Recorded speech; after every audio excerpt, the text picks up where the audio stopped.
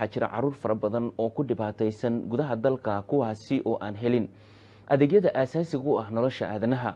haba ugu badnaatee waxbarashada iyo weliba caafimaadka si loo ogaado baahiyaha kala duwan oo ay qabaan caruurta agoonta ah iyo kuwa danta yar ee ku dhaqan gudaha magaalooyinka dalka kadib 1990kii waxaa aas-aasmay hay-ado iyaga doonaya inay u istaagaan sidii wax ugu qaban lahaayeen caruurtaasi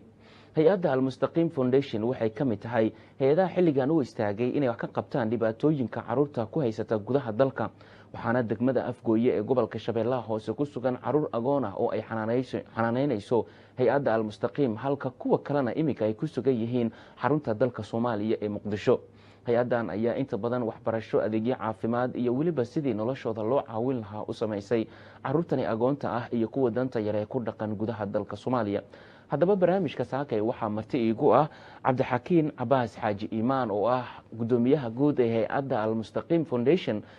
barnaamijka bandhiga ayuu marti ku yahay Cabdixakiin marka ugu horeysa ku soo dhawo barnaamijka bandhiga telefishinka University Al-Mustaqim soomana aad iyo aad ayaad u mahadsan tahay waa gartay waxaad u istaagteen inaad wax u qabataan caruurta agoonta ah iyo kuwa danta yar ee ku dhaqan gudaha dalka waxaana ugu badan caruurta aabayaashooda ay ku dhinteen dagaaladii ka dhacay gudaha dalka Soomaaliya hordhaceynana sidaad ku jirtay caruur baa ku sugan Afgooye oo gacanta aad ku haysaan kuwana waxay ku sugan yihiin Muqdisho maxaad u qabateen caruurtaas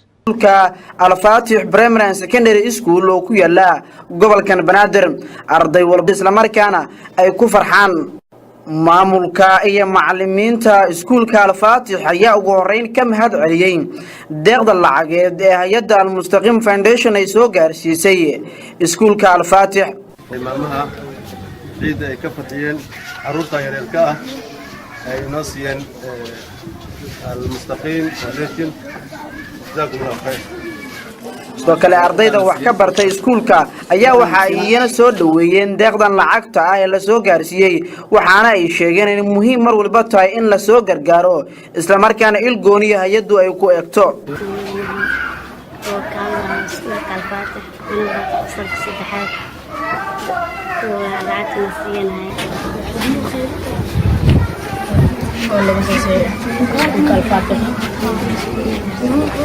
sidoo kale howlwadanada hay'adda Al-Mustaqim Foundation ayaa waxa ay sheegeen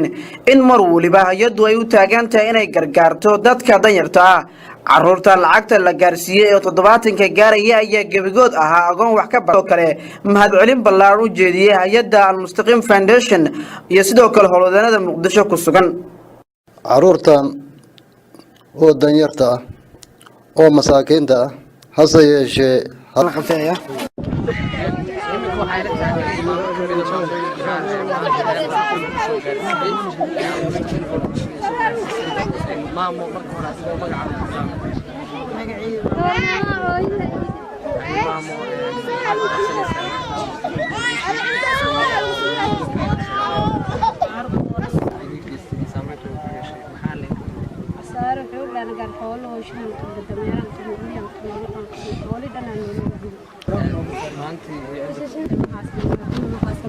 raashin ma sheego abuurta microphone saaranta wax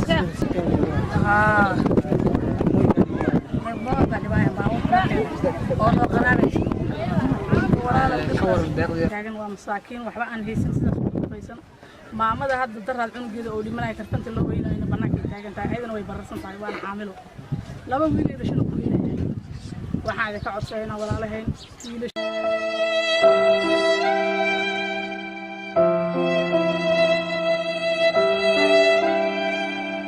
waxaa nagula soo wargeliyay in xaafadda Al-Cadaala degmada Hiliwaa ee gobolka Banaadir ay ka jirto arrin naxdin leh